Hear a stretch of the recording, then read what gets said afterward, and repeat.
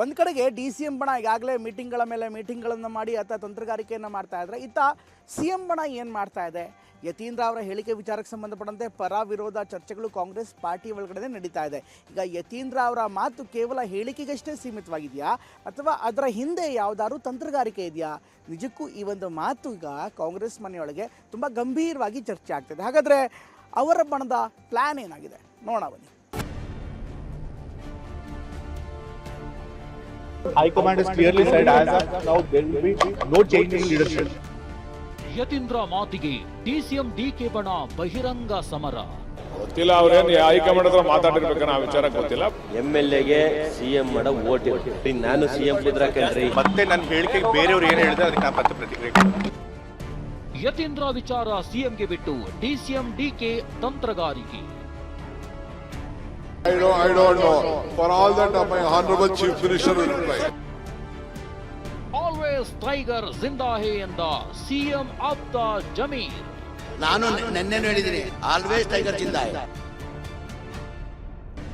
ಸದ್ಯ ಸಿದ್ದರಾಮಯ್ಯರೇ ಸಿಎಂ ಆಗಿರೋದ್ರಿಂದ ಸಿಎಂ ಬಣ ಅಷ್ಟೇನೋ ಟೆನ್ಷನ್ ಅಲ್ಲಿ ಇಲ್ಲ. ಸಿದ್ದರಾಮಯ್ಯ ಪರ ಬ್ಯಾಟ್ ಬೀಸೋ ಕೆಲಸ ಮಾಡ್ತಿದ್ದಾರೆ. ತೆರೆ ಮರೆಯಲ್ಲೇ ಡಿನ್ನರ್ ಬ್ರೇಕ್ಫಾಸ್ಟ್ ಸಭೆ ಮೂಲಕ ಪ್ಲಾನ್ ಆಫ್ ಆಕ್ಷನ್ ರೆಡಿ ಮಾಡ್ತಿದ್ದಾರೆ. ಮೊನ್ನೆ ಫಿರೋಜ್ ಸೇಠ್ ಮನೆಯಲ್ಲಿ ಸಿಎಂ ಡಿನ್ನರ್ ಮೀಟಿಂಗ್ ಮಾಡಿದ್ರು. ಇವತ್ತು ಬೆಳಗ್ಗೆ ಸಿಎಂ ಸಿದ್ದರಾಮಯ್ಯ ಸಚಿವರ ಜೊತೆ ಬ್ರೇಕ್ಫಾಸ್ಟ್ ಮೀಟಿಂಗ್ ನಡೆಸಿದ್ದಾರೆ. ಶರಣ ಪ್ರಕಾಶ್ ಪಾಟೀಲ್, ಭೈರತಿ ಸುರೇಶ್, ಮಧು ಬಂಗಾರಪ್ಪ ಹಾಗೂ ಸಭೆಯಲ್ಲಿ ಶಾಸಕರಾದ ಪೊನ್ನಣ್ಣ ಮತ್ತು ನಜೀರ್ ಅಹಮದ್ ಕೂಡ ಉಪಸ್ಥಿತರಿದ್ದು ಅರ್ಧ ಗಂಟೆಗೂ ಹೆಚ್ಚು ಕಾಲ ಚರ್ಚೆ ನಡೆಸಿದ್ದಾರೆ. ನಾನು ಲಕ್ಷ್ಮೀ ಹೆಬ್ಬಾಳ್ಕರ್, ಪೊನ್ನಣ್ಣ, ನಂಜೇಗೌಡರು ಎಲ್ಲ ತಿಂಡಿ ತಿನ್ನಕ್ ಬಂದ್ರಿ ಅಷ್ಟೇ.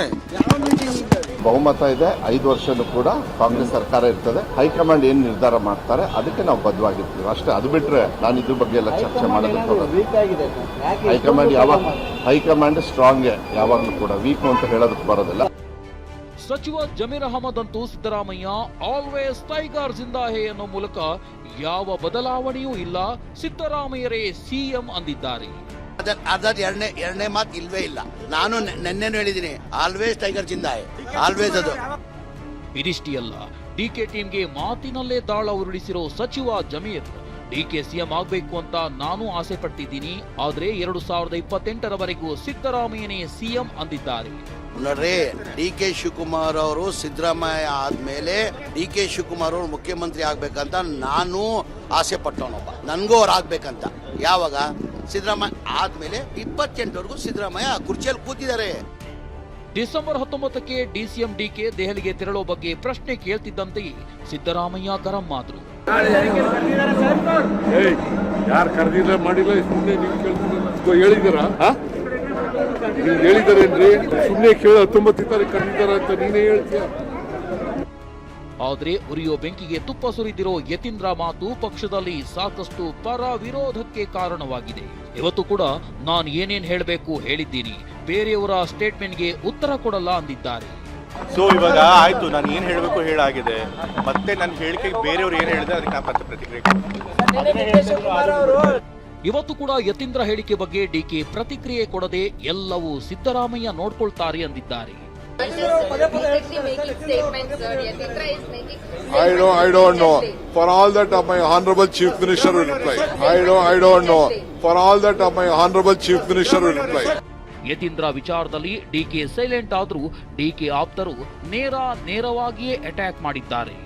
ಗೊತ್ತಿಲ್ಲ, ಅವ್ರೇನು ಹೈಕಮಾಂಡ್ ಹತ್ರ ಮಾತಾಡಿರ್ಬೇಕನ್ನ ಆ ವಿಚಾರ ಗೊತ್ತಿಲ್ಲ. ಬಟ್ ನನ್ನ ಒಂದು ಮನವಿ ಏನಂದ್ರೆ, ಯತೀಂದ್ರ ಅವ್ರಿಗೆ ದಯಮಾಡಿ ಅದು ಈಗ ನಮಗೆ ಪಕ್ಷಕ್ಕೆ ಮತ್ತೆ ಸರ್ಕಾರಕ್ಕೆ ಇರುಸುಮುರುಸು ಆಗ್ತದೆ. ದಯಮಾಡಿ ಯಾರು ಕೂಡ ನಾಯಕತ್ವದ ಪ್ರಶ್ನೆ ಎತ್ತದ್ ಬೇಡ ಅಂತೇಳಿ ನನ್ನ ಮನವಿ.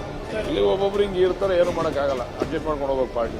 ನಾವೇನು ಒತ್ತಾಯ ಮಾಡಲ್ಲ. ನೀವೆಲ್ಲ ಮಿನಿಮಮ್ ಕಾಮನ್ ಸೆನ್ಸ್ ಇರ್ಬೇಕು ಅಷ್ಟೇನೆ, ಏನು ಒತ್ತಾಯ ಮಾಡೋ ಕೆಲಸ ಅಲ್ಲ. ನೀವೇನೋ ಸಿಎಂ ಬದಲಾವಣೆ ಬಗ್ಗೆ ಮಾತಿಲ್ಲ. ಯತೀಂದ್ರ ಸಿದ್ದರಾಮಯ್ಯ ಪ್ರತಿದಿನ ಕೂಡ ಹೇಳ್ತಿದ್ದಾರೆ, ಸಿಎಂ ಸಿದ್ದರಾಮಯ್ಯನವರೇ ಮುಂದುವರಿತಾರೆ, ಹೈಕಮಾಂಡ್ ಹೇಳಿದ್ದು ಅಂತ.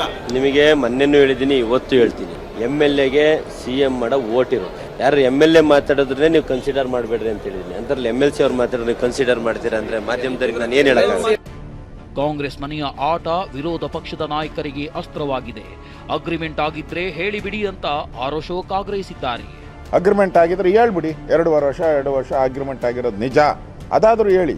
ಇಲ್ಲ ಮುಖ್ಯಮಂತ್ರಿ ಯಾರು ಅನ್ನೋದನ್ನ ಡಿಕ್ಲೇರ್ ಮಾಡೋರು ಯಾರು? ಇಲ್ಲ ಡಿ ಕೆ ಕುಮಾರ್ ರಾಜ್ಯದ ಅಧ್ಯಕ್ಷರು, ಅವ್ರು ಡಿಕ್ಲೇರ್ ಮಾಡಬೇಕು.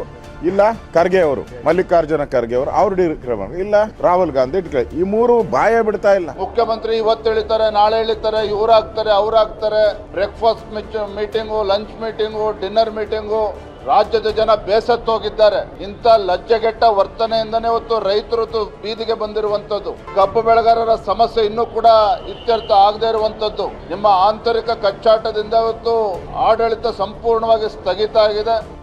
ಬೆಳಗಾವಿ ಅಧಿವೇಶನಕ್ಕೆ ತೆರಳುವ ಮುನ್ನ ಸಿಎಂ ಡಿಸಿಎಂ ಒಗ್ಗಟ್ಟು ಪ್ರದರ್ಶಿಸಿದ್ರು.